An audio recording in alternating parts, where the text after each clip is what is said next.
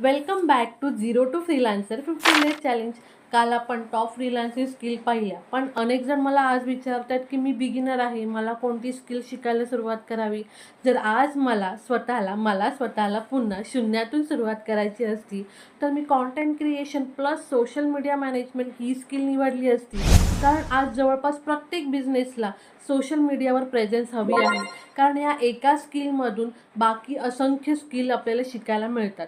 पण इथे एक महत्त्वाची गोष्ट आहे, माझ्यासाठी ही बेस्ट स्किल असू शकते, पण तुमच्यासाठी वेगळी असू शकते. जर तुम्हाला क्रिएटिव्ह काम आवडत असेल तर कॅनव्हा डिझायनिंग, जर लिहायला आवडत असेल तर कॉन्टेंट रायटिंग, सोशल मीडिया आवडत असेल तर सोशल मीडिया मॅनेजमेंट, जर तुम्हाला मार्केटिंग समजून घ्यायचं असेल तर मेटा ॲड्स.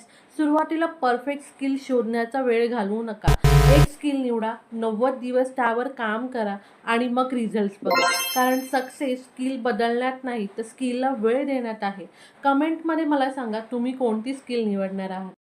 हा होता झिरो टू फ्रीलान्सर डे 3. उद्या डे 4मध्ये आपण बोलणार आहोत एक स्किल शिकायला खरंच किती वेळ लागतो. हा व्हिडिओ सेव्ह करून ठेवा आणि डे 4 मिस होऊ नये म्हणून फॉलो करा. थँक्यू.